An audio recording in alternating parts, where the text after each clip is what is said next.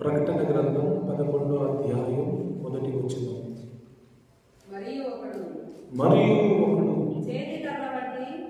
చేతి కర్ర వంటి కొలకర్ర నాకించి నీవు లేచి దేవుని ఆలయమును బలిపీఠమును కొలత వేసి ఆలయములో అర్థం చేసుకోండి, ఆలయములో పూజించు వారిని లెక్క పెట్టుము. ఈ మాట చదివినప్పుడు విన్నప్పుడు మీకేమనిపించింది? దేవుడు ఒక దూతతో మాట్లాడుతున్న మాట ఏంటంటే, ఆలయంలో పూజించు వారిని లెక్క పెట్టండి.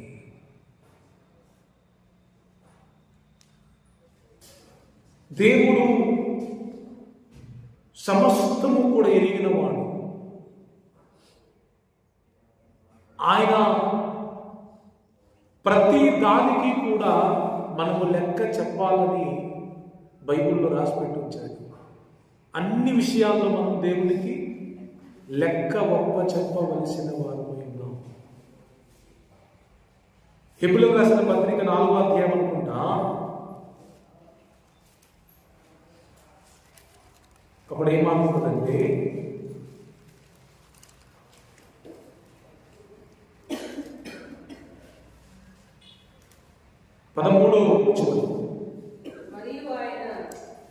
మరియు ఆయన దృష్టికి కనబడని సృష్టము ఏదీ లేదు. అది అండర్లైన్ చేసుకోవాలి.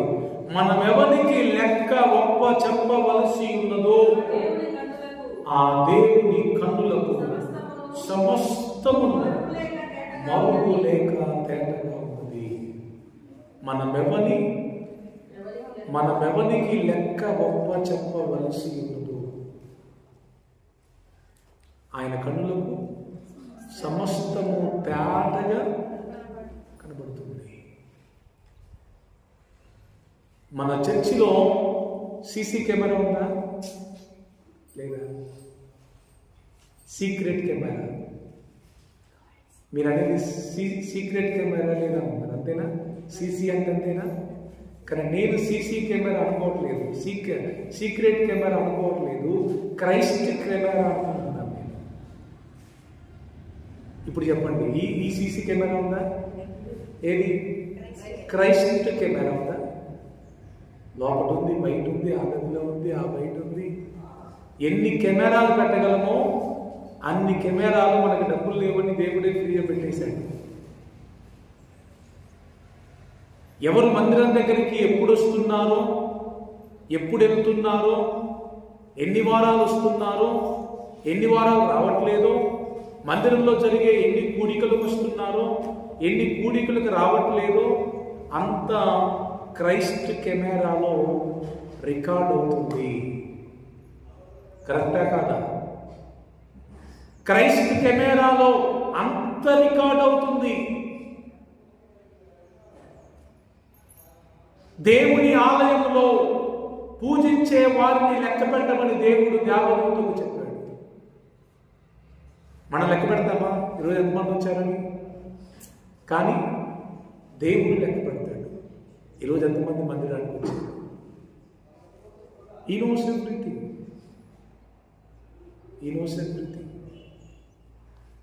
ఆయన లెక్కిస్తున్నాడు.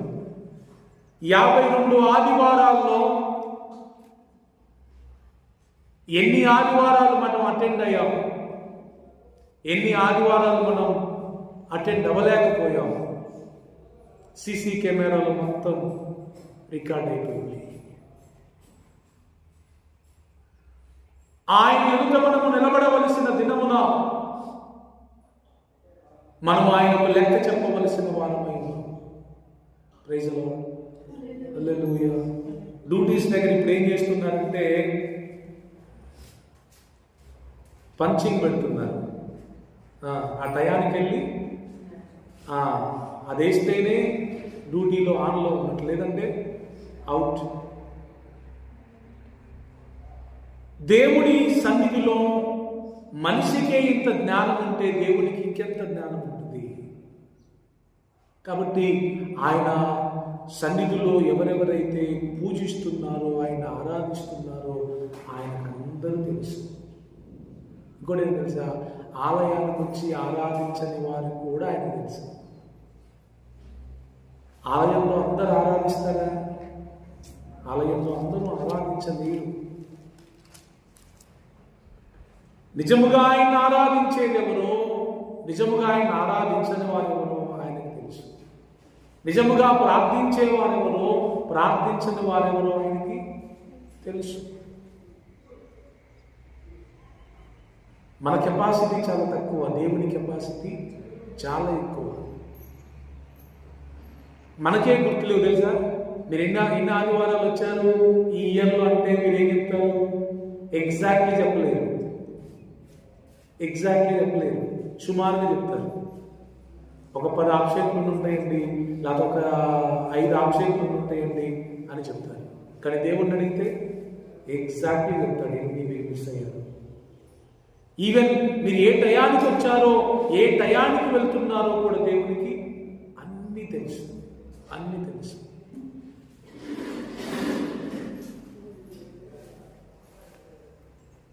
దేవుని కెమెరాలో నేను పడాలి అనే మనసు మనకు ఉండాలి. అయ్యగారి దృష్టిలో పడాలనేది ఉండకూడదు. గుర్తుపెట్టుకోండి. మందిరానికి రాకపోతే అయ్యగారు ఏమన్నా అనుకుంటారేమో అనే బాధ కంటే మీలో ఉండాల్సిన బాధ ఏంటంటే దేవుడు బాధపడతాడేమో అనే బాధ ఉండాలి. నేను మీకు ఎప్పుడు చెప్తూనే ఉన్నా, ఇది ఎవరిల్లు? This is God's house. దేవుని ఇంటికి మనం రాకపోతే దేవుడు బాధపడతాడు. ఇది నా ఇల్లా? Is it my house? కాదు కదా. దేవుని ఇంటికి మనం రాకపోతే బాధపడేవారు దేవుడు. మీకు బాధ కలగాలి. అయ్యో నేను దేవుని మందిరానికి వెళ్ళలేకపోతున్నానే, దేవుడు ఏం బాధపడతాడు, దేవుడు ఏం ఫీల్ అవుతాడు అనే బాధ మీకు కలగాలి. ఇప్పుడు మీ ఇంటికి ఫంక్షన్కి మీరు రాకపోతే మీరు ఫీల్ అవుతారా? అన్నయ్యకి మరీ చెప్పాము రాలేదు, సిస్టర్ గారికి మరీ చెప్పాము రాలేదు అని బాధపడతారా? మీ ఇంటికి రాకపోతే మీరు బాధపడతారు, మరి దేవుని ఇంటికి రాకపోతే దేవుడు బాధపడతారా? ఏ కారణం చెప్పిన అన్నయ్య మీరు మరీ దీనికంటే ఎక్కువ అంటారా? మరి దేవుని ఇంటి కంటే, దేవుని ఆరాధించుట కంటే ఒక్క ఆదివారం మాత్రం మనకి ఏది ఎక్కువ కాకూడదు. మిగతా వాటన్నీ వదిలేయండి, సెకండరీ అని. ఫస్ట్ ఇంపార్టెంట్ ఏంటంటే Sunday it is God's day. ఆదివారం అనేది అది దేవుడిది, ఇట్ ఈస్ కంప్లీట్లీ దేవుడిది. ఒక విషయం తెలుసా, మనం 2-3 గంటలకే కొట్టుకుంటాం రావడానికి. 24 గంటల రోజు అంటే, అవునా? రోజంతా దేవుడిదా, 2-3 గంటల దేవుడియా? రోజంతా దేవుడిది. ఆయన ఏమన్నాడు? 6 దినములు పని చేసుకోండి, 7వ దినము నా యొద్దకు రండి అన్నాడు. అసలు లెక్క ప్రకారం అయితే ఆదివారం కంప్లీట్గా మనం దేవుని సన్నిధిలోనే ఉండాలి. కానీ మనం ఒక 3 అవర్స్ గట్టిగా దేవుని సన్నిధిలో గడపడానికి కూడా చాలా కష్టపడుతున్నాం. ఆటంకాలు రాకుండా ఉండవు. ప్రభు ఏం చెప్పారు? అభ్యంతరాలు రావన్నారా? అభ్యంతరాలు రాక తప్పవన్నారా? దేవుని పని ఏదైనా, దేవుని దగ్గరికి రావడం ఏదైనా, దేవుని కొరకు బ్రతకడం ఏదైనా కూడా, దేవునికి సంబంధించిన ఏది మనం చేయాలన్నా ఖచ్చితంగా ఆటంకాలు, అడ్డులు 100% ఉంటాయి. వండుకుంటే ఎలా ఉంటాయని బైబిలే చెప్తుంది.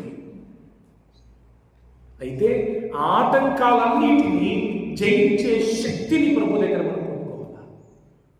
ఆటంకాలన్నింటినీ జయించే శక్తిని ప్రభు దగ్గర పొందుకోవాలా. సీరియస్నెస్ ఉండాలా. ప్రభువా, నేను అసలు ఒక్క ఆదివారం కూడా మిస్ అవ్వకూడదు.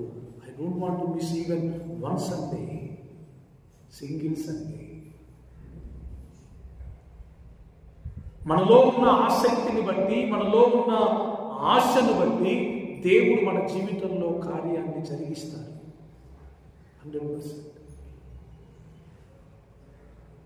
క్రైస్తవులే దేవుని మందిరములో ఆదివారం లేకపోతే మిగతా వారు ఎలా ఉంటారు?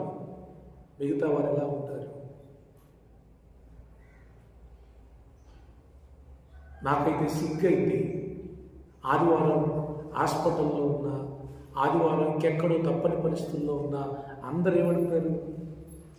ఏంటండి ఇవాళ సండే కదా, మీరేంటి ఇక్కడ ఉన్నారు? I feel very shame.